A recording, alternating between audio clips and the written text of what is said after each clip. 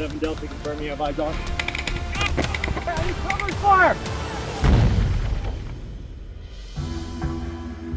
Everything's exacerbated.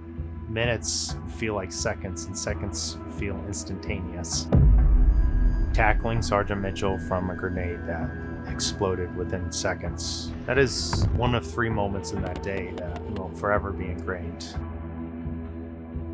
My name is Major Nicholas Dockery, and I am in U.S. Army Special Forces. I'm proud to be part of an organization that has done so much for our national security and that continues to train security forces all across the globe.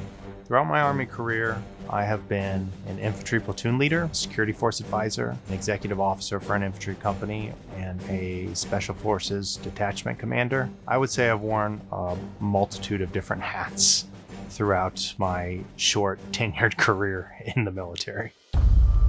In 2012, I was assigned to the 4th Infantry Division in Fort Carson, Colorado. I was almost immediately forward deployed to Kunar province, Afghanistan, where I met a very well-seasoned platoon that had already seen 2 to 3 months of heavy intense fighting in Kunar.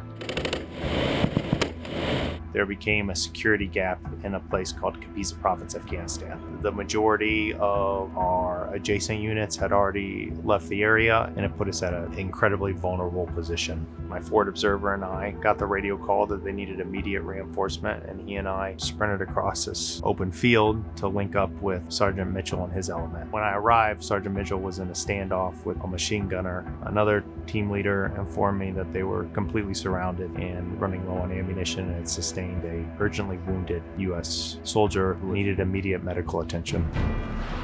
So in the compound, it's just a small open area, kind of like the one behind us, and then a whole group of buildings all connected to make one big building, I guess, and then just doors. And Nick grabbed myself and the other NCO, and he just walked straight up to this door and boots this thing in and goes straight into clearing the rooms. And before we could make a decision whether to go right or left, there was another machine gun laying down fire on top of us. And at some point, I didn't see it, Nick did, a grenade comes up over the wall. I felt a vibration in the ground, and then I saw an object land directly in front of him. And at that point, out of nowhere, I'm still holding my Mark 48, and he grabs me and rolls over. I tackled him and slammed him behind the door exactly as it exploded. The situation only got more intense after that. I realized I was missing Sergeant Jack Hansbrough.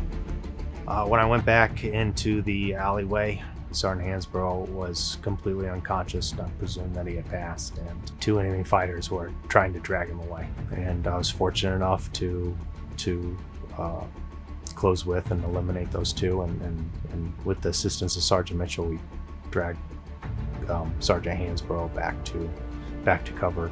He wasn't breathing or conscious. That's when I started life-saving aid on him. He started coughing profusely, which was an elation of joy to know that he was alive. It was truly a harrowing situation. In 2018, I found myself in a very similar situation in Faryab province, Afghanistan.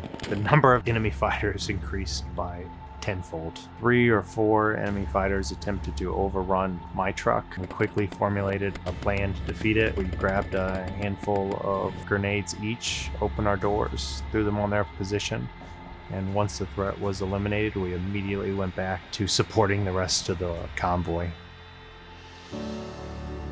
I didn't think anyone would ever do that. You see those things in the movies, but you never actually see it happen.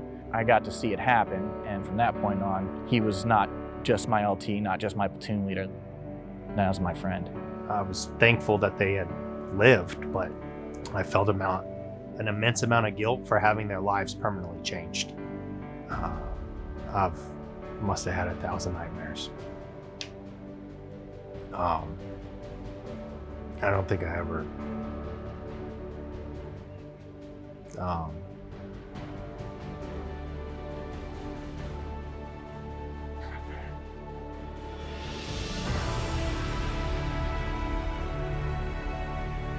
I absolutely love being a Special Forces officer. I'm immensely proud of it. I'll continue to serve as long as the Army will allow me to serve, and I'm thankful for the opportunities I've had.